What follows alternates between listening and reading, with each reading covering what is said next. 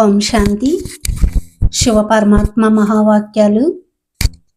బాబా ఏమంటున్నారంటే జీవితానికి అవసరమైనవి 3. అవి ఏంటి అంటే ఆహారం, సంతోషం, ధనము. ఇవన్నీ ఏంటి అంటే స్థూలమైనవి కూడా అవసరం, సూక్ష్మమైనవి కూడా అవసరం అన్నమాట. అయితే బాబా ఇదంతా ఆత్మకు సంబంధించిన జ్ఞానం కాబట్టి ఆత్మకు సంబంధించినవే చెప్తారు. అయితే ఏం చెప్తున్నారో తెలుసుకుందామా? మహావాక్యాలు. జీవితంలో ముఖ్యంగా 3 అవసరం ఉంటుంది. అవి ఏవి? లౌకిక జీవితంలోనైనా అలౌకిక జీవితంలోనైనా 2 కూడా 3 అవసరం ఉంటాయి. అవి ఏవి? ఆహారం, సంతోషం మరియు ధనము, ఖజానా. ఈ 3 విషయాలు అవసరము. ధనం లేకుండా ఏది ఉండదు, అలాగే సంతోషం లేకుండా జీవితం ఉండదు, మరి ఆహారం కూడా అవసరము. కనుక ఈ 3 విషయాలు ఇక్కడ కూడా అవసరము అంటున్నారు బాబా. ఆహారం అని దేనిని అంటారు? సంతోషం అనేది ప్రాప్తి, కానీ ఆహారం అంటే ఏమిటి? ధనం ఏమిటి? ధనము అనగా జ్ఞానము. బాబా దేనికి? ఇది ఆత్మజ్ఞానం, ఆత్మకు సంబంధించిన జ్ఞానాన్ని బాబా చెప్తారు. స్థూలమైన ధనం ఉండాలి లౌకికంలో, అలాగే అలౌకికంలో ఏంటి? జ్ఞానధనము. స్మృతి ద్వారా ఏదైతే శక్తి నిండుతుందో అది ఆహారం. స్థూలమైన ఆహారం తింటే దేహానికి అవసరం. ఇది సూక్ష్మమైనది అంటే స్మృతి. జ్ఞానం తర్వాత ఏముండాలి? స్మృతి. స్మృతి ద్వారా ఏదైతే శక్తి నిండుతుందో అది ఆహారం అవుతుంది. ఆహారమే జీవన శక్తికి ఆధారం అవుతుంది. అయితే 3 ప్రాప్తించాయా లేక ప్రాప్తిస్తున్నాయా? బాబా అడుగుతున్నారు. ఏంటి? ఆహారం, సంతోషం, ధనము. ధనం కూడా పూర్తిగా లభించింది కదా, జ్ఞానధనము.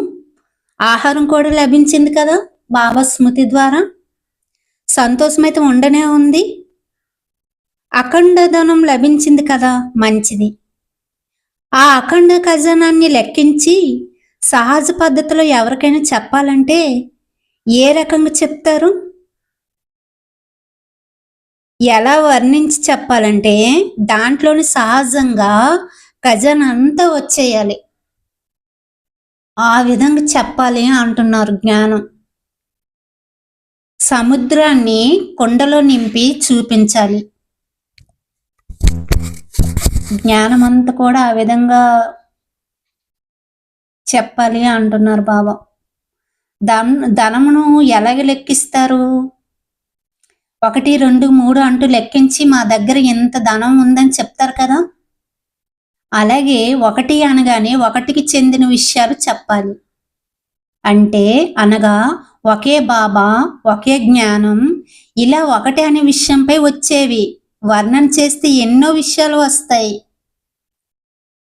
2 అనేది వర్ణన చేస్తే ఎన్ని విషయాలు వస్తాయి? ఇలా 1, 2, 3, 4, 5 వీటి ద్వారా జ్ఞానం అంతా వర్ణించి చెప్పవచ్చు.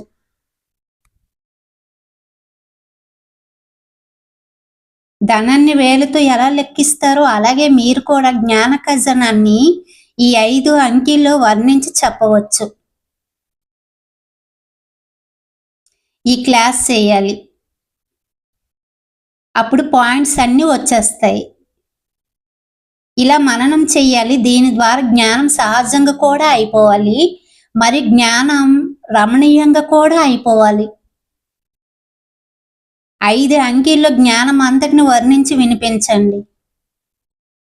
5 అంకెల్లో జ్ఞానం అంతా వచ్చేయాలి అంటున్నారు బాబా. దానివల్ల మననం అయిపోవాలి, అలాగే రమణీయంగా కూడా అయిపోవాలి అంటున్నారు. ఆ విధంగా జ్ఞానాన్ని చెప్పేయాలి అంటున్నారు బాబా.